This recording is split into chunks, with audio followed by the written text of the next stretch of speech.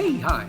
Welcome to Someone Else's Movie, the original podcast where an actor, writer, director, or nebulous industry figure gives a little love to a movie they didn't make. I'm Norm Wilner, senior film writer for Now Magazine, and this is the other thing I do. My guest for this episode is Semi Chellas, a writer and producer whose credits include the feature films The Life Before This, Picture Claire, and Ophelia, and the television series Bury the Lead, The Romanoffs, and Snowpiercer.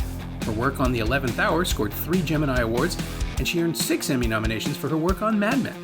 Her feature directorial debut, American Woman, starring Sarah Gadon and Hong Chow, arrives on digital and on demand today from Elevation Pictures. Semi picked The Rider, Chloé Zhao's 2017 hybrid drama about a young South Dakota horseman trying to resume his old life after a catastrophic head injury. And the character of Brady Blackburn is played by Brady Jandreau, who really is a young South Dakota horseman and really did sustain a devastating head injury that derailed his career. Blackburn's father and sister are played by Brady's actual father and sister, which further blurs the line between drama and reality, and as you'll hear, made it kind of difficult for me to connect to the film as fully as Semi did. But we'll work through it. This is Someone Else's Movie. I guess it's just a movie that had a profound effect on me when I saw it. It's a movie I've gone back to a couple of times and that I both sort of aspire to filmmaking like that, but also it seems completely impossible, right? It seems like so specific to that movie. So I also, I had seen it before this, but I was hit by a car last year and suffered a head injury. Oh, God.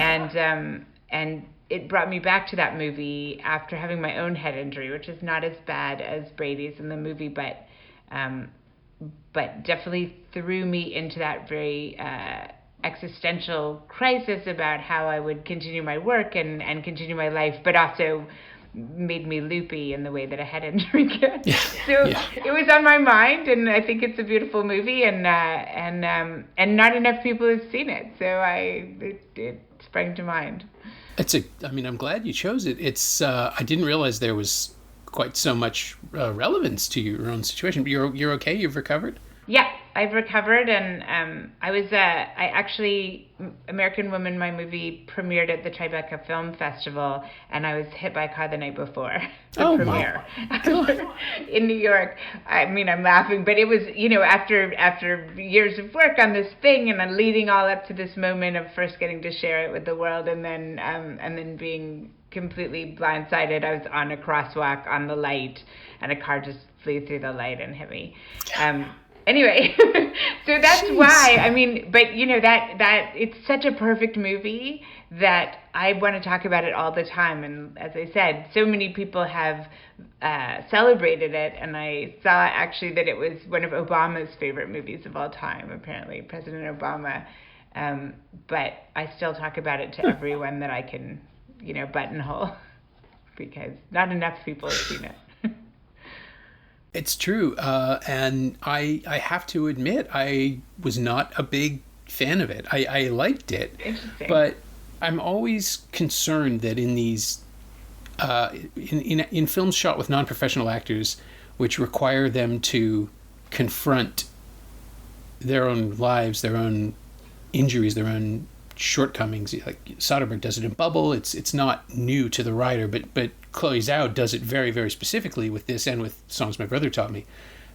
She uses non-actors as themselves to illuminate their stories, but the writer made me really uneasy. In its second half, it just felt like someone was creating a kind of an involuntary therapy for these people and forcing them to reenact their own issues. And I got pulled out of the movie. I was distracted from the story by my concerns about consent, which is weird because clearly everybody's on board. That's very interesting for 2 reasons. But one is the first time I saw it, I didn't know that it was made in the way it was. I'm a huge fan of Deborah Granick. I was almost picked Winter's Bone, which is another movie I love, which folds in non-actors with Jennifer Lawrence in her sort of acting debut, I guess in the process of becoming the actress that she became. But when I saw The Rider the first time, I couldn't get my mind around how they were doing it with the breaking the horse or whatever. It seemed like this magic trick that actually, when I found out what it was and watched it again, I was like, oh, of course, like you couldn't do it fictionally. It's really interesting because the qualms that you're expressing, I really had with a book I just read called Three Women. Have you read that? Okay. Lisa Tadeo's book. No. Which is a work of, novelistic journalism. And I had exactly what you were describing, which is just a squeamishness that blocked me from embracing the characters and embracing the story. But with the writer, I never had it.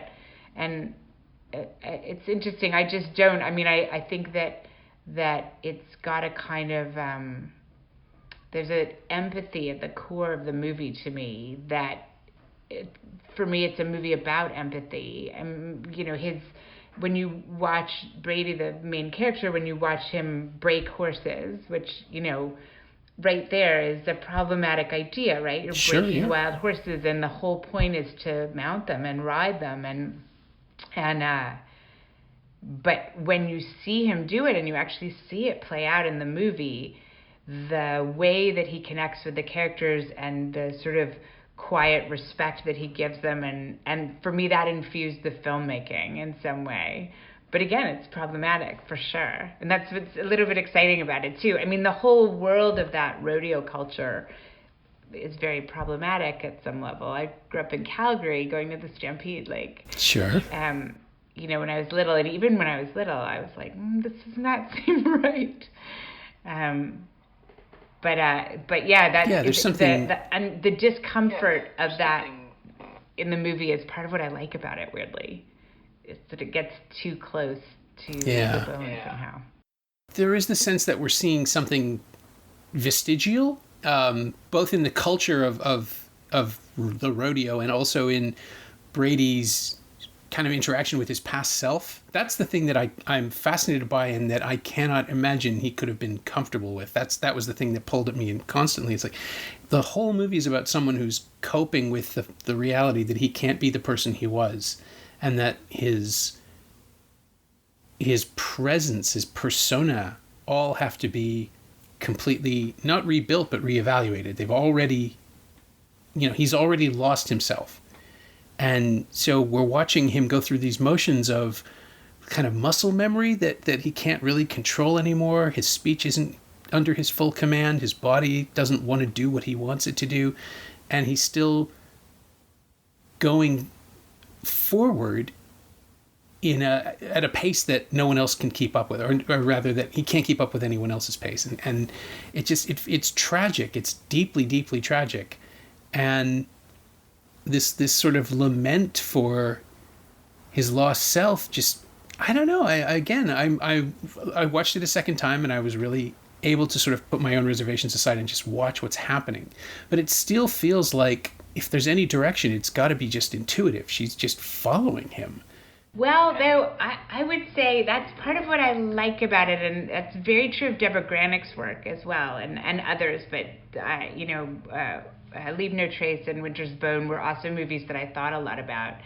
And I think that the artlessness, or the seeming artlessness, is part of what I'm drawn to in those movies, that it just feels like someone had a really good cinematographer, right, who really knew where to put the camera. And yet, one thing in The Rider, there's this beautifully handled thing where his mother is dead, right? And there's a scene that I love where he goes to the unemployment office and the woman who's meeting with him is clearly the real thing. And she says, do you want to retrain for construction? And he says, no, it's only temporary because I intend to be back riding horses. It's very heartbreaking. And then you think she's going to say, well, whatever. But instead she says, well, there's, my cousin works at the grocery store and I think there's an opening and I'll get you in.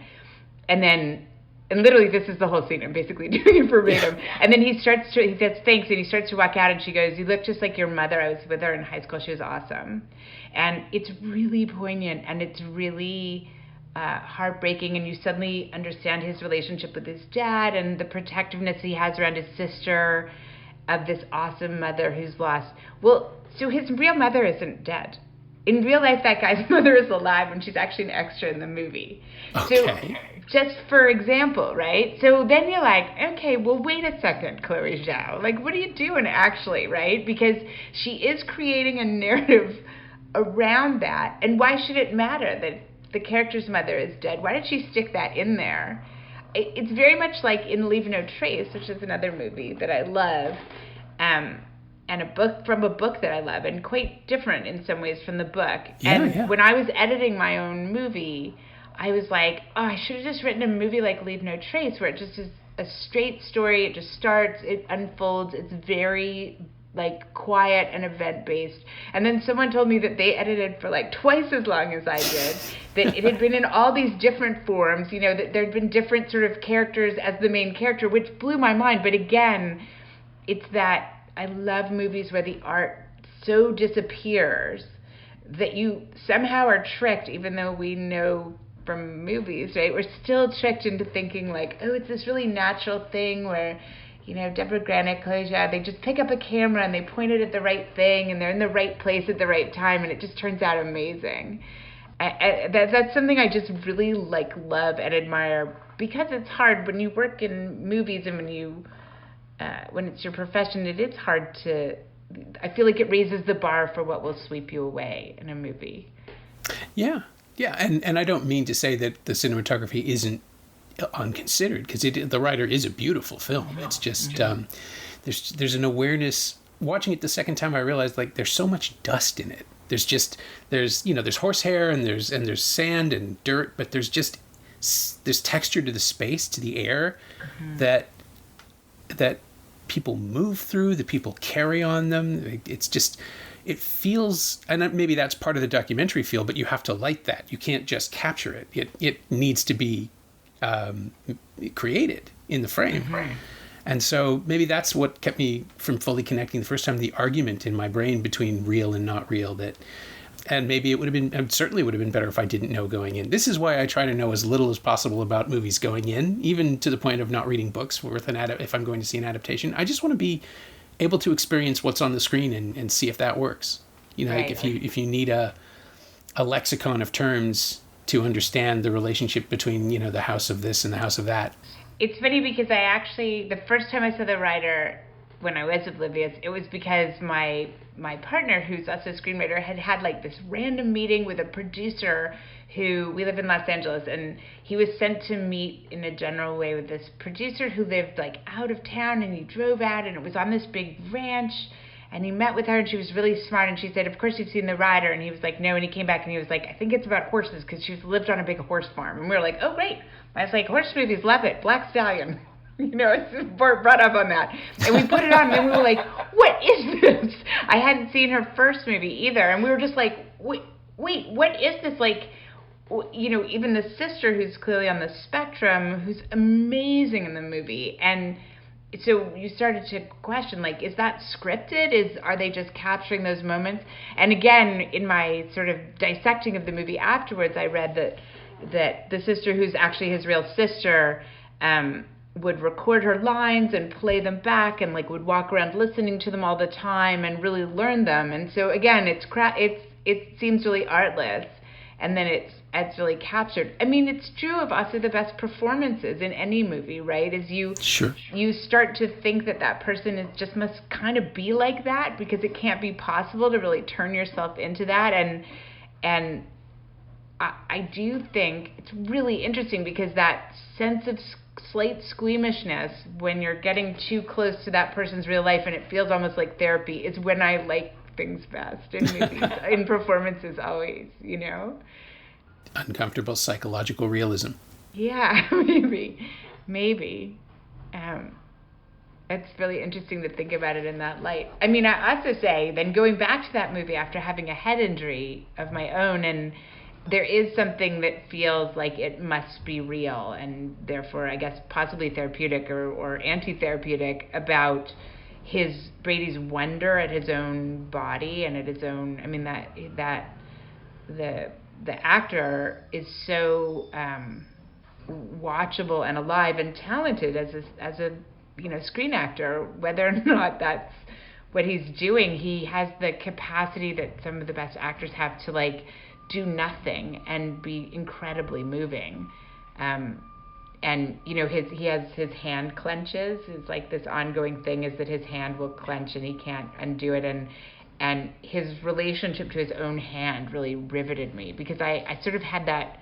It's really different, but I had it with my writing after I had my head injured, where I would feel fine for some days, and I would think like, oh, well, here I am working on my script or whatever, and then later I would read it and it would just be nonsense. It's just totally insane, or like things that were notes to myself about how I would write a script, and then slowly I felt myself come back online, and it was, but that otherness to yourself is really captured to me in the writer, and also it sort of, you know, resonates with his relationship with the horses, if that makes sense. That it's connecting to this wild animal that's totally other, but you find the sort of threads to connect, and then it comes together.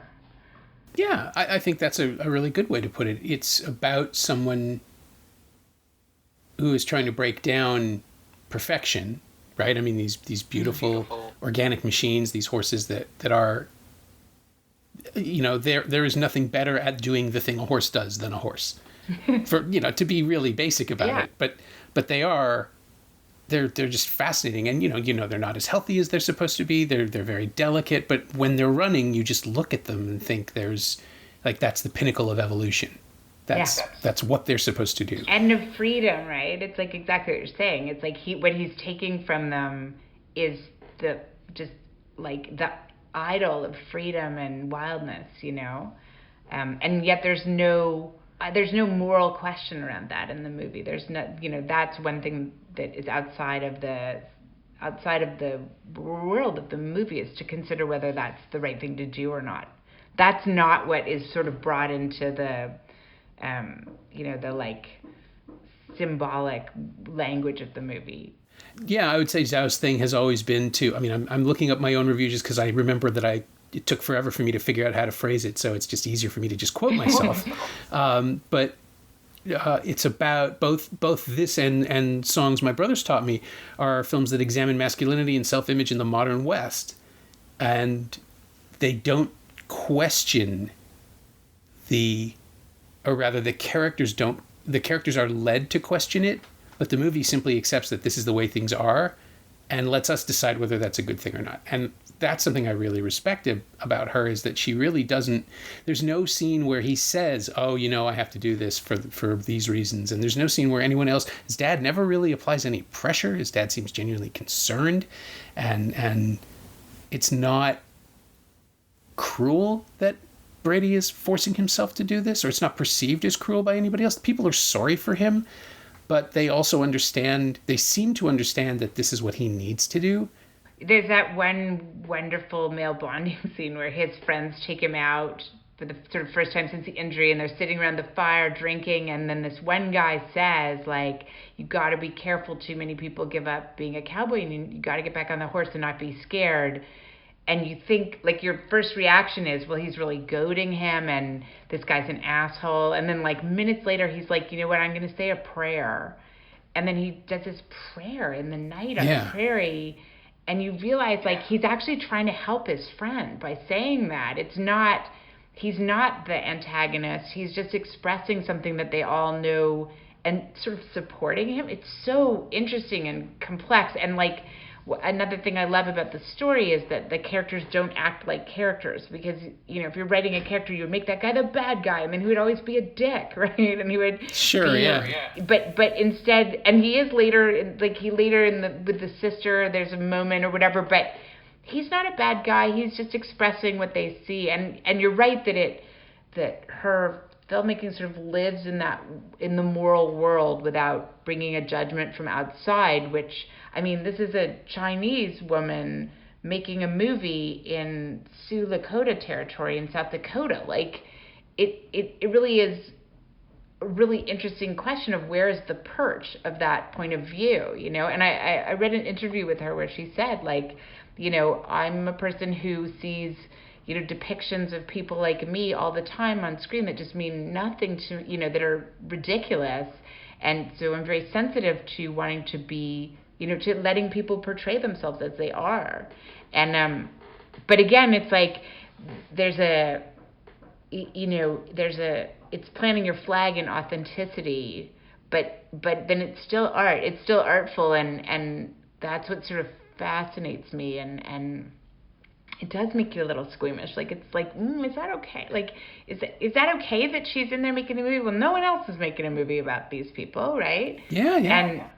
And she is telling stories that are profound, and even this sort of second story that's couched in his story of Lane, his friend who's much even more badly injured, who also hopes to ride again when that seems impossible. Oh, and Brady has that scene where he goes and visits him, possibly for the first time. It's implied he hasn't been able to face him, and is in that position of being the booster, being, like, it's going to be okay, you're going to get back up on it. And there doesn't appear to be any possibility there. It's just him trying to pass along some positivity. Absolutely. And he brings the same nuance, that scene that he does to the horses, where he's super gentle and positive, and he doesn't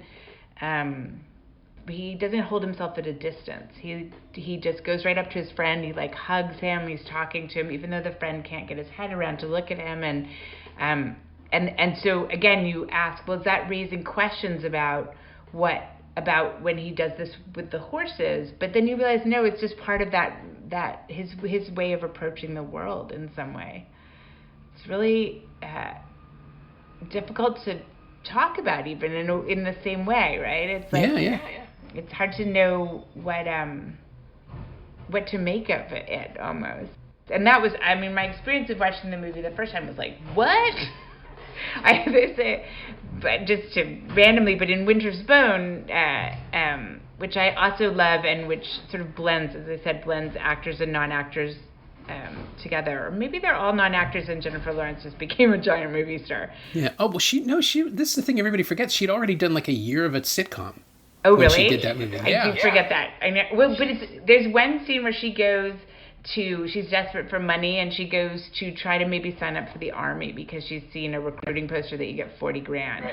And she has a scene with a guy who's so obviously not an actor. He's obviously that guy, and he just does his job with this actress, and suddenly her acting looks totally fake in that scene where, 1 minute ago, like, I've forgotten she was on anything before that. She's so real. But in the face of an actual real person doing his job, he's so authentic that it just boggles the mind. And again, it's like, at that point in that movie when I was watching it, I was like, what is happening right now? Like, how do you do that? How do you go? I would be too shy to go ask some recruiting guy to be in my movie. I like the system where the actors really want to be in the movie. They want to be actors, So I'm in admiration, but it's not something I can do, I don't think. Yeah, the level of trust that Zhao would have to have in these people that they can deliver, but also the level of trust they have in her. It's one thing to be leery of asking a non-actor to give you a performance. It's got to be even weirder for the non-actor to think he can do it, right? And how do you direct someone in that situation to just be themselves? The worst advice I've ever been given when a camera's pointed at me is to just be myself, because you instantly become like self-conscious and twitchy.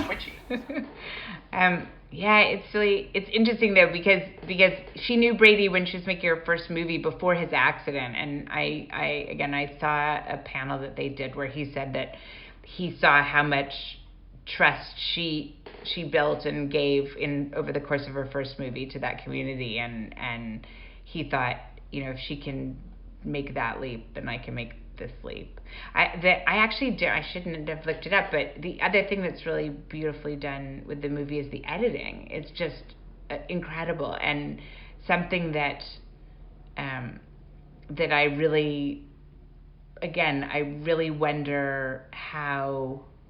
I would love to know how that worked, and whether they edited it in the way you would with the documentary, where they were finding the sequences and even there's so many shots of the landscape that are so fundamental to your feeling in the movie, and also shots of the horses. It starts with this incredible close-up of a horse's eye with a fly sort of on it, and it's really gripping. And I want to know, like, Chloé, call me. Like, did you decide that was the first shot in the movie? when I shot my own movie, it was like, oh my God, to shoot those shots that I love. Terrence Malick does it too, even in his first film, even in Badlands. You know, there's these incredible shots of like Into the Woods where you're just looking at trees, but you're so in the mood of the movie, you're like trying to see into the trees and see what's in there looking back.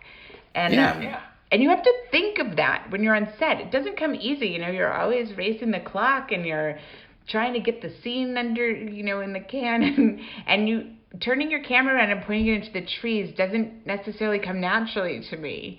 So I'm always really fascinated by that artistry as well, that looks so easy. It looks so obvious that you would shoot a beautiful sunset, but actually in real life you have to wait for the sunset. You have to roll on it and have it all ready, and you have to take that time out. But from what I've read about the film, it sounds like she really did it was her and the cinematographer, and you know, that was pretty much it. So it's a kind of looseness that I really admire. Yeah, and again, it comes to trust, right? That they know they can trust each other to understand what it is that she wants and that the shoot gets and the camera captures. Yeah. And somehow also in there's an aesthetic. Like the formation of that is just so, it's alchemical to me. You know, I don't make the movies, I just receive them. And so my experience of these things when they arrive fully formed is just so, it can be so overwhelming. And maybe that's what this was too for me the first time. Yeah, it's really interesting because it is, there's something about, I mean, even as I've worked for many, many years as a writer and a producer, and I've been on set, and I've worked with many different directors, still doing it myself for the first time. Like being inside that role was different again from everything I'd witnessed. Sure, yeah. And it was like another layer of that, of like, oh, there's so much more that you have to, it's not think about, but like let go of thinking and be present for, or be responsive to when you're making a film. And then once again, I go back to like how much symbiosis there must have been between her and the cinematographer who also shot her first film, and how well something has to be working intuitively to even capture those shots and know when to get them and where to go and how long to wait for them, and the editor too, and where to use them. You know, I so stand in awe of that movie. Obviously. Joe, yeah, well, I'm glad you chose it. It was one that I hadn't really ever thought I would revisit, and then it was a really interesting opportunity because I had to put away my own, they're not really prejudices, but my own concerns, and just watch the characters, the people be in a way that doesn't usually happen with dramatic narratives, right? I mean, we're trained to look for developments and foreshadowing and hints, and this just doesn't, like, it just doesn't do that. It just lets you figure out what the connections are. And if you watch a lot of movies, you start to have you can guess, right? Of most movies, you can kind of see ahead. Or my kids think it's really funny that I can like sometimes say the dialogue before they say it, and they'll be like, "Mom, did you see this movie?" It's like, no, I just knew that's what he was gonna say, or I know that this thing is gonna pay off, or whatever. And whenever a movie really surprises me, I enjoy it so much more. I had that also with American Honey, Andrea Arnold's movie, American Honey, where where it felt like, whoa, I don't know what's going to happen. And also, did she just go out and find a bunch of teenagers and stick them in a bus? And I said to my cinematographer on my set, I was like, I just want that Andrea Arnold thing. Like, there's a specific scene that we were doing, and I said, I want it to feel like that. And he was like, whips out his phone, and he was like, they shot that movie in 54 days. Like, oh, right. Getting that looseness, getting that, like, you know, feeling of improvisational, whatever, natural moment capture actually took like days and days and days and days and weeks of like working with that group and bringing them together and getting them in the moment and sort of guiding them. And I think they shot that all at Magic Hour, like, Terrence Malick's movie, I'm blanking. Days of Heaven. Yeah, the like Days of Heaven. I think that American Honey also did that, where they just waited for a period of the day and shot in that period, which... So anyway, again, it looks really artless, that movie. It really surprised me. I didn't know where the story was going. It kept being beautiful. Everyone was so real and natural. And, but Shia LaBeouf's been working for 20 years, right? Yeah. But he just seemed to have wandered into that movie in fully formed. No, it's when you, I'm trying to figure out how to say it. When you see a movie that doesn't seem to care about convention, it's always energizing and exciting, and sometimes it doesn't work. I mean, we've seen movies where they try a massive conceptual leap and it just doesn't pay off. But Andrea, I mean, I'll trust Andrea Arnold to try just about anything at this point now. And Zhao, I have no idea how this gets her a Marvel movie. That's the thing I'm wrestling with. That this is her next film is an all-star, the Eternals, right? Giant cosmic ass Marvel movie. Well, but here's what I think. I think that the Marvel people, my experience in Hollywood is that the people right at the highest levels really, and the people who are headed for the highest levels, they understand that artistry is something that you can't just learn in film school or pick up a book, and that sometimes intuition and aesthetic taste and being able to bury what you're doing so that it's super effective, and you win Cannes and the president loves it, but it still feels like somehow naturally done, like it just you gave birth to it. They understand that takes something that all the other stuff can be supported, right? It's I was as a first-time director and having worked for many years, I was I don't know the names of all the lenses. Is that okay? And people are that's the one thing that a whole bunch of people here on set totally know that. What you need to know is how are we telling the story and what's the story, and it's a funny thing, but whoever made that decision I think is really smart. I mean, we'll see. It's the Eternals probably has to be pretty conventional in some ways. Yeah. But, Avengers Endgame is very unconventional in certain ways, and the Russo brothers really know what they're doing when they mess with the conventions, and they also make it look effortless. So, I'm just fascinated by this second wave I guess it's phase 4 for them of the hiring that they're doing. Destin Daniel Cretton is making Shang-Chi, and Ned Benson wrote the Black Widow movie. He made The Disappearance of Eleanor Rigby, which is my favorite American indie of the last decade, and somehow that gets him a Black Widow gig. But, as long as they're being paid, I don't honestly care. But it's so interesting to me that she would want to go do that. That's going to take years, right? It's those movies take years, and they have such a different kind of stress. It's a different kind of work, and I just want to go do a movie with my cinematographer and me and 3 characters, Sure, yeah. I wonder if it isn't the opportunity to do something that is so completely radically different, to play in somebody else's toy box and to be presumably supported, because it sounds like Marvel's really good at that. They get a lot of people to come and do things that they would otherwise never even get the chance to do on a scale that is, terrifying. And for the most part, they turn out. Yeah, and I mean, they make them turn out, right? They take the resources. Again, it's what part needs, supporting, and they make sure it works out. I do think it's just that, the drive to be seen more widely is, so deeply in, in what we do, is you want people then to see it, and so there's always this, playing off of how much you can do it the way you're seeing it, and then how much you can get an audience for it, which, yeah, and I assume that being the director of a Marvel movie helps you get your next smaller project made, or just making the Eternals personal somehow, because she could probably do that. I trust her. I can't wait. I'm going to be there. I mean, I might not be in the theater. We'll see about that. Yeah, I'm still wrestling with that. But I'll be tuning in. Yeah. Well, as far as your own work, then, just because that's where the podcast always ends up, and I'm fascinated by the possible answer here. Is there anything of the writer that you have used or borrowed or lifted outright and put into your own work?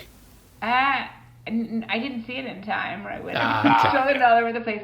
But I certainly will. I think that my first movie that I directed is period. It's set in 1974, and and that comes with a really large set of challenges, especially for a first-time director. But it you can't just take a camera and point it down the street when every car has to be from 1974 or earlier, right? So, more and more I'm drawn to whatever I do next. I really want to be able to live more in the moment as I'm making it. I had a great cast on American Woman, and so I lived in the moment that way. I tried to be really alive to what they were doing and work with the actors that way, but still it's like, oh, that was really cool, let's try that again. Okay, reset all the cars or whatever, right? It's like, it was limiting in certain ways. It was fun in a bunch of ways, but it was limiting in certain ways that now I want to be free of those limits of the next thing I direct. And so I hold on to the rider, and also American Honey and Leave No Trace. Those movies are like that sort of social realism, that kind of intensity of performance and place is what I want to do next. So. Yeah, and it kind of forces you to set yourself in the present moment in more than one way, right? You'd have to shoot it in the here and now, and also like to be in it yourself, in the mindset of it to tell the story that way. Yeah, exactly. Would you consider working with non-actors in the same way? I would. I'm sort of too shy. Like I would like to actually, and especially there's some older people that I think would be amazing in movies. That's the one that I'm always drawn to, the idea of using some of the older people that I know and getting them in a movie before they decide they're never going to do it. So I would. I mean, I like actors. I also, actors. The best actors have the quality that Brady or his father that they have in that movie, of just being so interesting and deep, and I like to discover actors, as well as use those that have more profiles. So yeah, I would love to get a hold of someone like Jennifer Lawrence. As a teenager, there's something about girls that age too, that where even if they're not actors, they have learned to perform for the world in a way, and if they have a certain amount of confidence, they've also learned to like both perform and profoundly hold their own privacy, and that's something I really love in film, and I would love to work with a woman that age or girl that age. Yeah, that's what is it? The performance of unself-consciousness, that weird contradiction.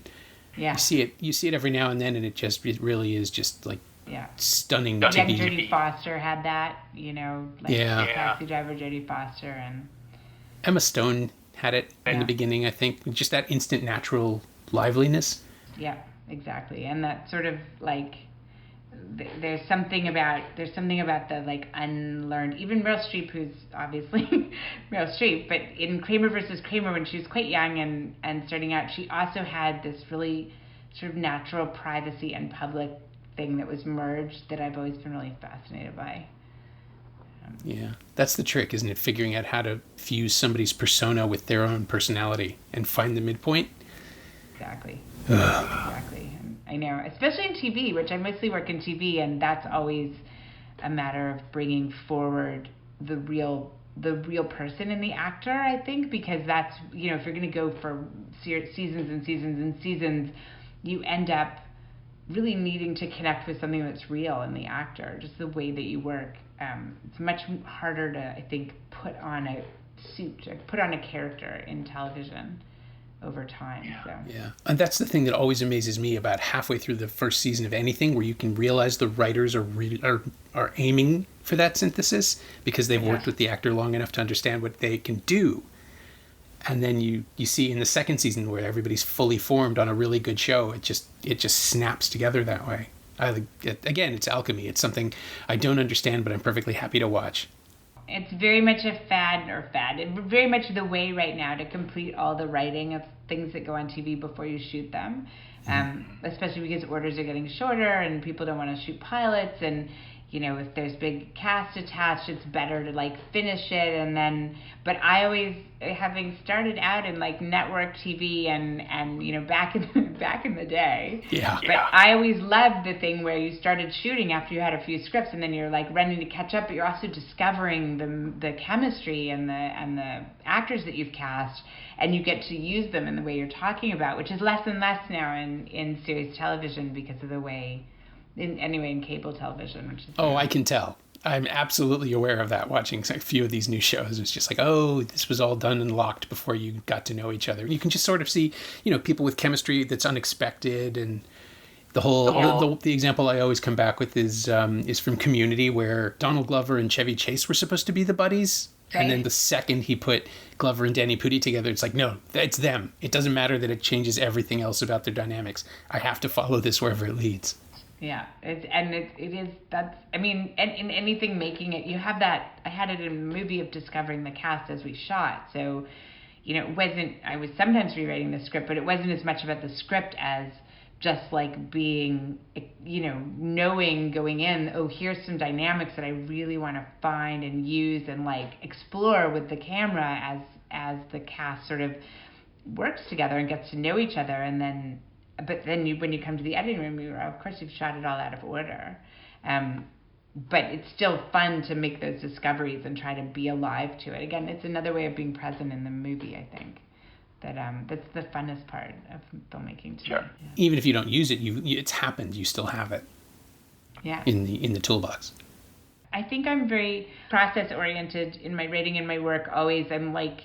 Because so much of what you write doesn't get made as a screenwriter, I sort of trained myself to like love the discovery in it, and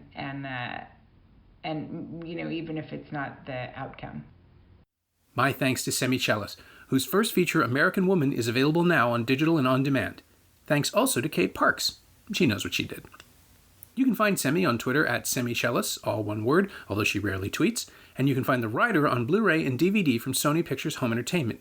It's also streaming on Amazon Prime Video in Canada and available on iTunes and Google Play. As always, you can find me on Twitter at Norm Wilner and elsewhere on the internet at nowtoronto.com, where I'm hosting a bunch of podcasts these days. Check them out. And you can find this podcast on Twitter at Semcast, S-E-M-Cast, and on the web at someoneelsesmovie.com. Our theme song is by The Last Year. If you like it or the show in general, please say so. Leave a review on Apple Podcasts or Google Podcasts or wherever you've been enjoying us. Every little bit helps. It truly does. And check out the other shows on the Frequency Podcast Network, including Jordan Heath Rawlings' The Big Story, which basically is my lifeline these days. Stay inside, watch movies. Wear a mask if you go out. It's cool. Masks are cool. And come back Friday for another special episode featuring somebody affiliated with Mr. Jones. No spoilers, but it's a pretty big deal. I'll see you then.